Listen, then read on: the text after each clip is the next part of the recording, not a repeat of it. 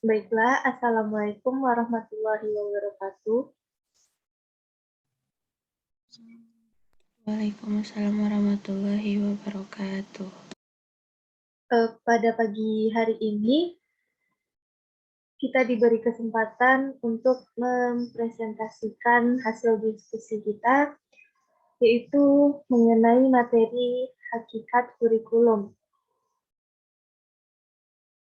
Baiklah, saya Widya sebagai moderator, dan kelompok 2 ingin mempresentasikan tentang materi hakikat kurikulum yang beranggotakan Dia Afifa Alfayed, NIM 20033051,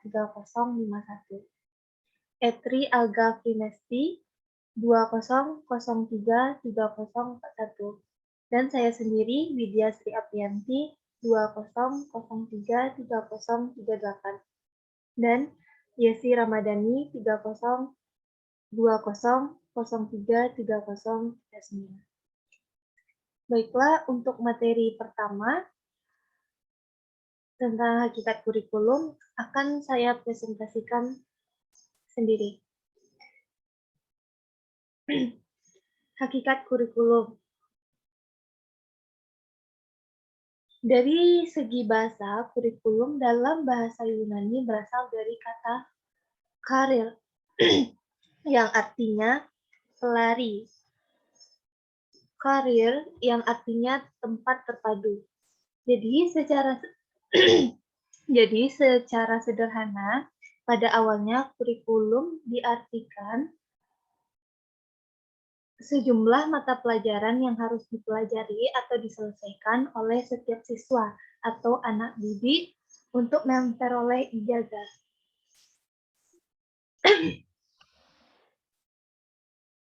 Jadi kurikulum ini merupakan salah satu bagian penting terjadinya suatu proses pendidikan, karena suatu pendidikan tanpa adanya kurikulum akan kelihatan amburadul dan tidak teratur. Hal ini akan menimbulkan perubahan dalam perkembangan kurikulum, khususnya di Indonesia. Jadi semua aspek pendidikan kemudian menjadi sorotan seluruh masyarakat Indonesia. Aspek pendidikan yang dimaksud itu adalah guru, kurikulum, termasuk kurikulum, tujuan, dan metode. Ada dua unsur pokok yang menjadi tekanan dari pengertian kurikulum, yaitu isi kurikulum dan tujuan utama pendidikan kurikulum. Jadi pengertian kurikulum dapat dilihat secara sempit dan luas. Secara sempit yaitu kurikulum sebagai sejumlah mata pelajaran yang harus dipelajari siswa untuk memperoleh ijazah. Secara luas, kurikulum tidak hanya dibatasi pada sejumlah mata pelajaran yang lebih banyak menekankan pada isi, akan tetapi meliputi semua pengalaman belajar yang dilakukan pihak sekolah untuk mempengaruhi perkembangan pribadi siswa ke arah yang lebih positif, sesuai dengan tujuan pendidikan yang diharapkan. Jadi pengertian kurikulum ini tidak hanya berupa mata pelajaran atau kegiatan-kegiatan belajar siswa, tetapi segala hal yang berpengaruh terhadap pembentukan kepribadian anak sesuai dengan tujuan pendidikan yang diharapkan. Dan sementara itu, kebijakan pendidikan nasional tertuang dalam Undang-Undang Sistem Pendidikan Nasional, yaitu nomor 20 tahun 2003, yang menyatakan bahwa kurikulum adalah seperangkat rencana dan pengaturan mengenai tujuan isi dan bahan pelajaran serta cara yang digunakan sebagai pedoman penyelenggaraan pembelajaran untuk mencapai tujuan pendidikan tertentu. Dan menurut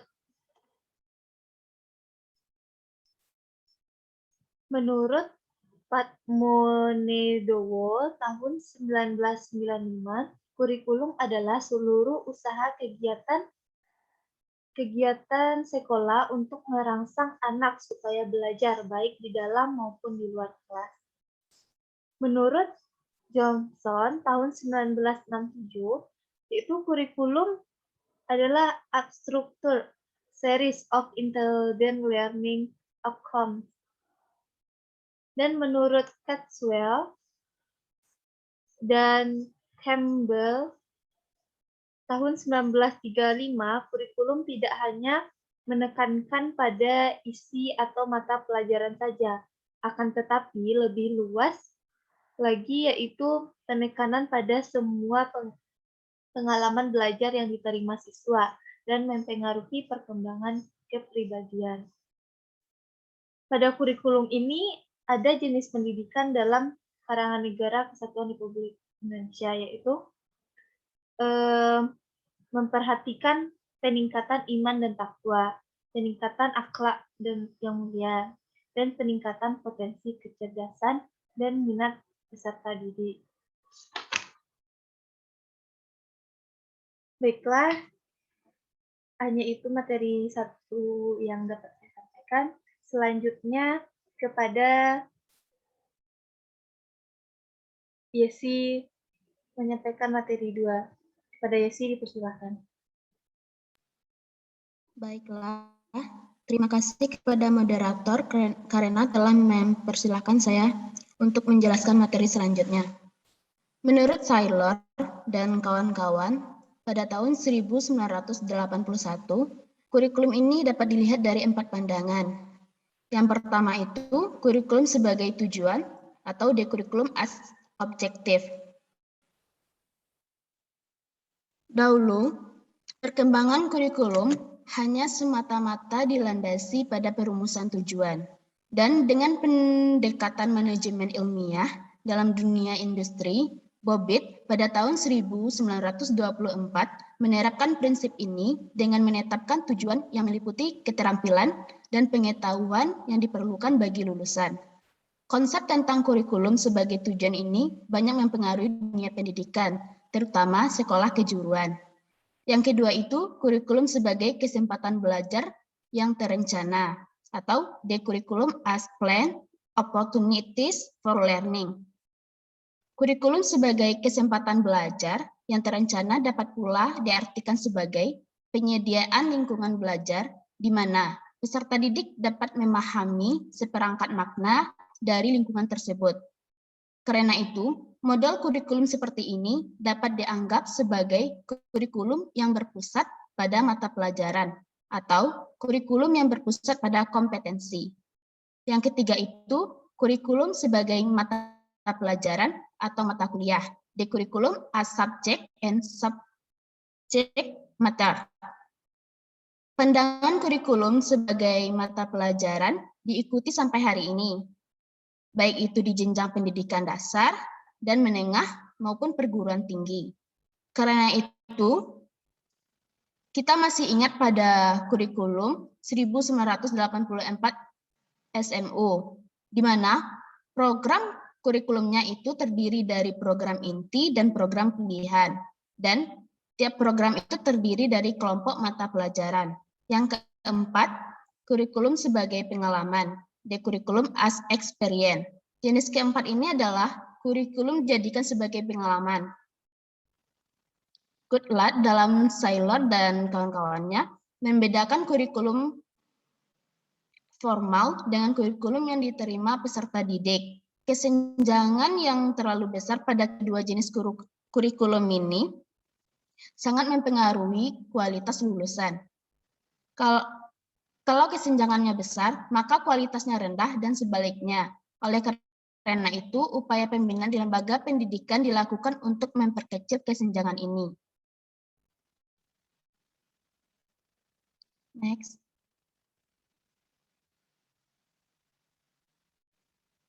Secara garis besar, dari beberapa pengertian kurikulum tadi, dapat diklasifikasikan ke dalam dua jenis, yaitu yang pertama, kurikulum sebagai program, rencana, atau harapan. Kurikulum sebagai program disebut juga dengan kurikulum tertulis dan bersifat ideal. Kurikulum secara ideal memuat rencana berbagai hal dalam sistem pendidikan, terutama mengenai tujuan atau kompetensi yang diharapkan, hasil belajar, batasan isi, kegiatan, sistem penilaian, dan pengelolaan lingkungan belajar. Semua itu dituangkan dalam garis-garis besar program pembelajaran, silabus, skenario persiapan pembelajaran, dan bentuk-bentuk perencanaan lainnya. Yang kedua, kurikulum sebagai pengalaman belajar, hasil atau kegiatan nyata yang dilaksanakan di sekolah. Kurikulum sebagai pengalaman belajar merupakan perwujudan dari kurikulum yang direncanakan, yang mana kurikulum ini juga disebut sebagai kurikulum aktual. Dan kurikulum aktual ini merupakan kegiatan nyata pada saat terjadinya pembelajaran, baik diselenggarakan di dalam maupun di luar kelas.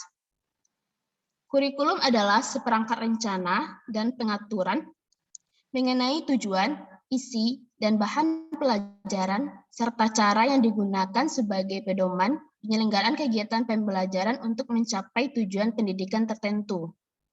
Secara singkat, posisi kurikulum dapat disimpulkan menjadi 3. Itu yang pertama, kurikulum sebagai konstruk. Kurikulum adalah konstruk atau sosok yang dibangun untuk mentransfer apa yang sudah terjadi di masa lalu kepada generasi berikutnya untuk dilestarikan, diteruskan, atau dikembangkan. Pengertian kurikulum tersebut didasarkan atas pandangan filosofis, perennialisme, dan esensialisme. Yang kedua, kurikulum sebagai jawaban untuk menyelesaikan berbagai masalah sosial yang berkenaan dengan pendidikan.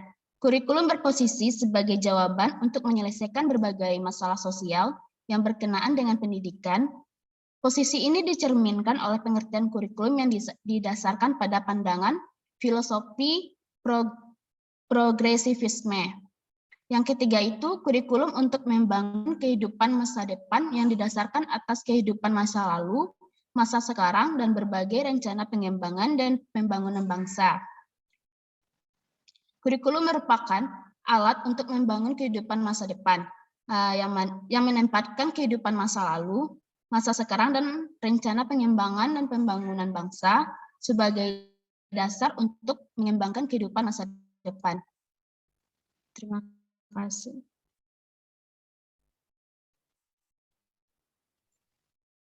Terima kasih kepada Yesi sudah mempresentasikan presentasi yang kedua, yaitu selanjutnya materi ketiga akan dibacakan oleh dia. Kepada dia dipersilakan. Terima kasih sebelumnya kepada moderator yang sudah memberi saya kesempatan untuk menjelaskan dan mempresentasikan materi ketiga, yaitu mengenai kurikulum 2013 dan juga kurikulum 2013 revisi. Jadi kurikulum 2013 atau yang biasa kita sebut dengan K13 adalah kurikulum yang berlaku dalam sistem pendidikan Indonesia. Kurikulum ini merupakan kurikulum tetap yang diterapkan oleh pemerintah untuk menggantikan kurikulum 2006 yang biasanya kita sebut dengan KTSP atau kurikulum tingkat satuan pendidikan yang telah berlaku selama kurang lebih 6 tahun. Kurikulum 2013 masuk dalam masa percobaannya pada tahun 2013 dengan menjadikan beberapa sekolah menjadi sekolah rintisan dari kurikulum tersebut. Baiklah, untuk kelebihan dan kekurangan dari 2013, kita mulai dari kelebihannya terlebih dahulu. Yang pertama, kelebihan dari kurikulum 2013 lebih menekankan kepada pendidikan karakter, di mana adanya kesempatan bagi lembaga pendidikan untuk lebih maksimal dan dalam membentuk karakter peserta didik. Menariknya, upaya pembangunan karakter dan juga budi pekerti luhur ini ditekankan pada semua program studi yang ada, sehingga memungkinkan karakter anak bangsa semakin terbentuk. Kelebihan yang kedua adalah memungkinkan siswanya lebih aktif, inovatif, dan kreatif, di mana kurikulum 2013 ini membantu atau mendorong siswa untuk lebih aktif. Karena kurikulum 2013 ini didesain secara khusus agar siswa lebih inovatif dan kreatif dalam berbagai hal, khususnya dalam memecahkan suatu masalah yang dihadapi saat proses pembelajaran. Kemudian kelebihan yang ketiga adalah lebih responsif terhadap fenomena sosial yang ada, di mana kelebihan ini dapat menjadikan siswa yang responsif dalam berbagai hal. Peserta didik akan diajari untuk lebih mandiri dan tanggap dalam berbagai fenomena sosial, baik di tingkat lokal, daerah, maupun nantinya nasional. Hal ini sangat penting dalam rangka memupuk kepedulian terhadap nasib dan masa depan bangsa. Kemudian kelebihan yang keempat adalah proses penilaian yang dilakukan dari semua aspek, di mana adanya proses penilaian yang komprehensif. Jika pada kurikulum sebelumnya, penilaian hanya dilakukan dari sisi intelektual siswa, maka kurikulum 2013 ini juga membuat suatu indikator penilaian dari aspek yang lainnya. Di antaranya ada dari sisi kecerdasan, sikap dan karakter, sosial, bahkan juga dari aspek religius dari siswanya itu sendiri. Kemudian untuk kelebihan yang kelima adalah lembaga memperoleh pendampingan dari pusat, di mana adanya pendampingan dan arahan langsung dari pemerintah pusat, sehingga konsep dari kurikulum 2013 pun lebih mudah dan memungkinkan adanya koordinasi yang baik dengan pihak pusat. Pihak pusat pun juga akan memberikan arahan secara langsung kepada lembaga. Yang keenam, mendorong guru untuk semakin kreatif sebagai fasilitator pembelajaran. Kurikulum 2013 ini juga mendorong guru agar semakin kreatif di dalam memberikan pengajaran kepada para siswa, di mana inovasi dan keahlian guru diperlukan agar materi yang dimaksud dapat tersampaikan dengan baik dan mudah dipahami siswa. Dalam hal ini, penting bagi seorang guru untuk terbuka dan selalu berupaya mengembangkan diri menjadi lebih baik. Kemudian untuk kelebihan yang terakhir atau yang ketujuh yaitu penyediaan fasilitas belajar yang semakin efisien. Dengan adanya kurikulum 2013, berbagai fasilitas belajar dapat diperoleh dengan baik dan efisien. Misalnya, mengenai buku ajar dan berbagai fasilitas yang lain. Dalam hal ini, sekolah sudah tidak perlu kebingungan mencari fasilitas pembelajaran yang tepat, karena kurikulum 2013 sudah dilengkapi dengan perangkat dan juga fasilitas belajar yang sesuai dengan kurikulumnya. Kemudian kita akan beralih pada kekurangan dari kurikulum 2013 itu sendiri. Meskipun tadi banyak kelebihan dari kurikulum 2013, tentu saja tidak lepas dari kelemahan. Ada beberapa kelemahan yang dimiliki oleh kurikulum 2013 ini. Kelemahan-kelemahan tersebut disebabkan oleh berbagai faktor, mulai dari faktor kurangnya kompetensi guru, faktor materi pembelajaran untuk siswa, hingga faktor lembaga sekolah dan pemerintahan. Baiklah, untuk kelemahan kurikulum ini, kita akan membahasnya secara per poin. Yang poin pertama adalah guru tidak dilibatkan dalam pembuatan kurikulum 2013. Pihak guru yang cenderung tidak dilibatkan dalam proses pembuatan kurikulum, sementara guru sendiri adalah pihak yang berinteraksi secara langsung dengan para peserta didik. Sehingga alangkah lebih baiknya juga kurikulum yang disusun melibatkan peran guru. Dengan demikian, hasilnya pun akan maksimal sesuai dengan kondisi dari lapangan. Kemudian, kekurangan yang kedua, banyak sekolah yang masih menerapkan KBM konvensional. Kelemahan ini masih banyak yang mengajar secara konvensional, sedangkan KBM konvensional harusnya sudah tidak diterapkan lagi pada kurikulum ini. Kurikulum 2013 menghendaki adanya metode dan konsep belajar yang baru dan inovatif seiring dengan perkembangan zaman dan juga teknologi. Kemudian untuk kekurangan yang ketiga, banyaknya guru yang belum memiliki kesiapan mental, di mana masih belum siap guru-guru tersebut dalam menghadapi kurikulum baru ini. Salah satu sebabnya adalah karena kurangnya kompetensi dan kapasitas dari guru itu sendiri dalam memberikan pengajaran, sehingga capaian dari kurikulum ini pun menjadi terhambat. Maka dibutuhkan pelatihan dan bimbingan khusus kepada semua guru. Kemudian kekurangan yang keempat, guru banyak salah paham sehingga kurang memberikan penjelasan. Banyak guru yang kurang tepat dalam memahami konsep kurikulum ini, sehingga guru kurang memberikan penjelasan materi karena terlalu fokus kepada konsep pembelajaran aktif dan mandiri yang ditawarkan oleh kurikulum 2013.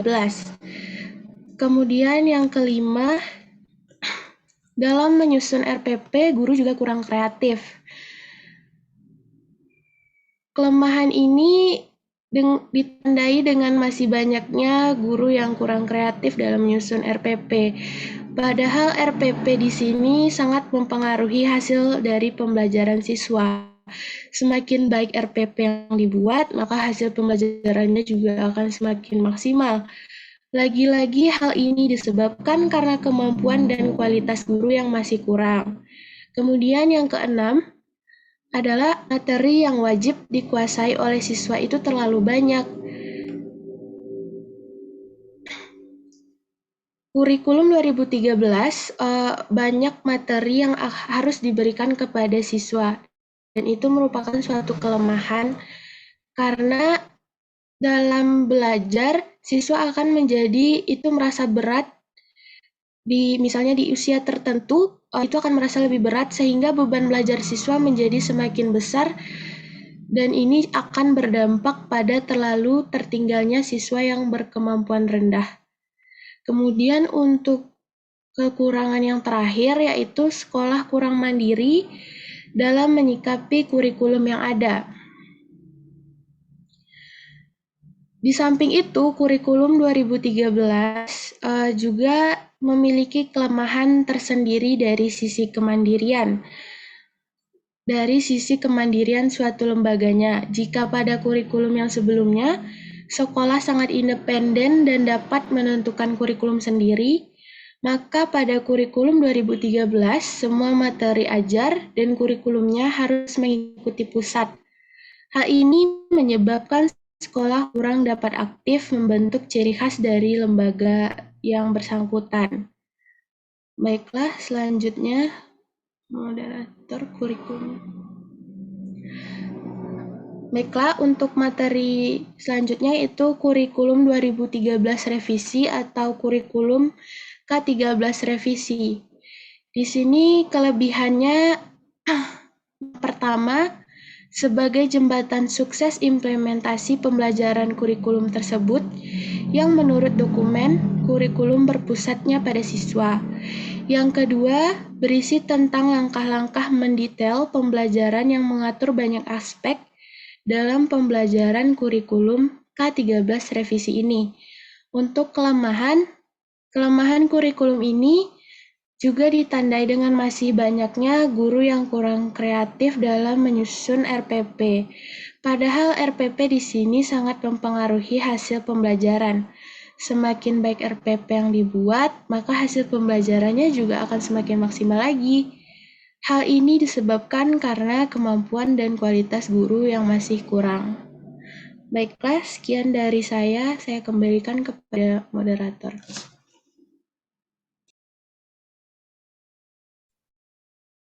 Baik, terima kasih kepada dia sudah menyampaikan presentasi materi yang ketiga. Izin untuk menambahkan, jadi kurikulum 2013 ini dirancang sebagai karakteristik untuk menyeimbangkan keseimbangan antara pengembangan sikap spiritual dan sosial, rasa ingin tahu, kreativitas, kerjasama dengan kemampuan intelektual dan psikomotriknya. Baiklah, untuk materi selanjutnya yaitu akan disampaikan kepada Etri. Pada Etri dipersilakan.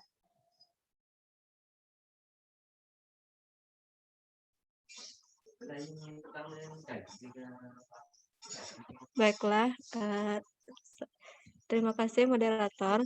Saya akan menjelaskan tentang kurikulum Merdeka Belajar.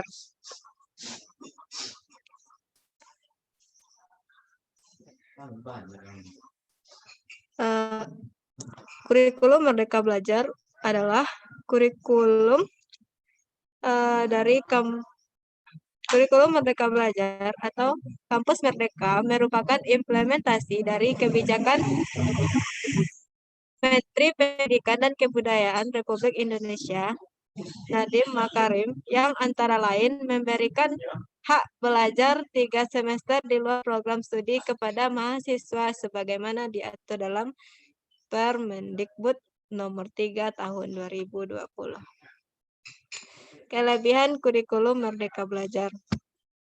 Yang pertama yaitu, guru dibebaskan dari belenggu administrasi karena selama ini RPP Kurikulum 2013 sangat spesifik dalam hal apa yang harus dimasukkan sehingga tugas guru sebagai pelajar harus rela membagi tempatnya dengan tugas guru sebagai pembuat RPP.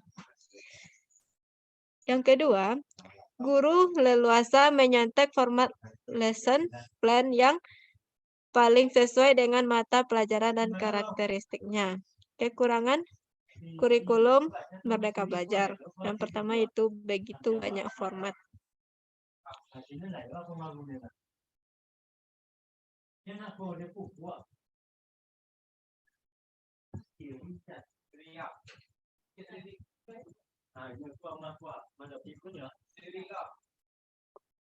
Kurikulum darurat kondisi khusus.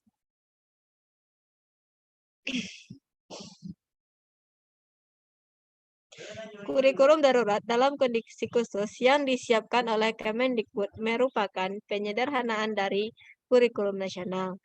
Pada kurikulum tersebut dilaksanakan pengurangan kompetensi dasar untuk setiap mata pelajaran, sehingga guru dan siswa dapat fokus pada kompetensi esensial dan kompetensi prasyarat untuk kelanjutan pembelajaran di tingkat selanjutnya.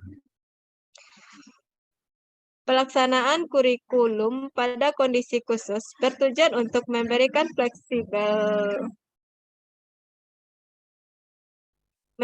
fleksibilitas bagi satuan pendidikan untuk menentukan kurikulum yang sesuai dengan kebutuhan pembelajaran peserta didik. Satuan pendidikan pada kondisi khusus dan dalam pelaksanaan pembelajaran dapat melakukan tetap mengacu pada kurikulum nasional, menggunakan kurikulum darurat, dan melaksanakan penyederhanaan kurikulum secara mandiri. Kelebihan kurikulum darurat. Yang pertama yaitu, kurikulum darurat menyederhanakan kompetensi dasar dan standar pencapaian dengan mengacu pada kurikulum 2013. Selain penyederhanaan ini, Kementerian Pendidikan dan Kebudayaan Republik Indonesia juga menyediakan modul untuk pembelajaran spesifik, khususnya untuk jenjang pendidikan SD dan PAUD. Model ini merupakan panduan bagi guru dan orang tua, sehingga bisa mendampingi anak-anak didik belajar secara mandiri di rumah. Orang tua tidak akan kebingungan lagi saat menemani anak-anak PJJ sebagai mandiri di rumah. Kelemahan kurikulum darurat. Kurikulum darurat yang diharapkan bisa membantu program pembelajaran jarak jauh ternyata menimbulkan kebingungan di para guru. Penyebabnya adalah karena pihak sekolah diberi kebebasan untuk memilih salah satu dari 3 opsi Kemendikbud tersebut. Persatuan Guru Indonesia mengungkapkan bahwa terdapat aspirasi yang berbeda antara pemerintah, guru, dan wali murid. Ini membuat mereka menjadi bingung karena diberikan 3 opsi dalam menjalankan kurikulum pendidikan. Masyarakat memang menginginkan kurikulum masa pandemi yang lebih sederhana, atau kurikulum dengan standar minimum yang bisa dicapai anak didik di masa pandemi. Pihak sekolah melalui guru dan kepala sekolah diberikan keleluasaan untuk menyesuaikannya. Akan tetapi dengan adanya 3 opsi di atas justru menimbulkan kebingungan baru bagi para guru. Tentu tidak mudah menyatukan aspirasi para orang tua murid sampai menjadi keinginan yang berbeda menyangkut pendidikan anak-anak mereka. Sekian, kembali kepada moderator.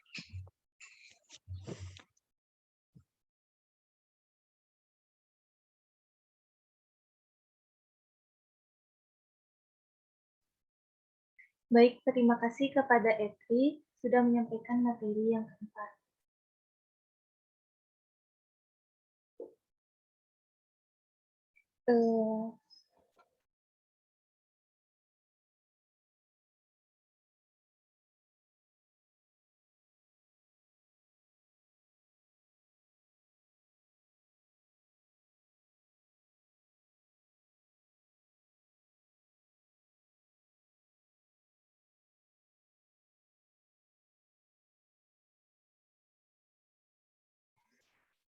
Jadi, kurikulum ini bertujuan untuk mempersiapkan manusia Indonesia agar memiliki kemampuan hidup sebagai pribadi dan warga negara yang beriman, produktif, kreatif, inovatif, dan efektif, serta mampu berkontribusi pada kehidupan bermasyarakat, berbangsa, bernegara, dan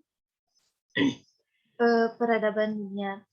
Baiklah, hanya itu yang dapat disampaikan, yang dapat dipresentasikan oleh kelompok 2. Jika ada kesalahan, mohon maaf. Assalamualaikum warahmatullahi wabarakatuh. Waalaikumsalam warahmatullahi wabarakatuh.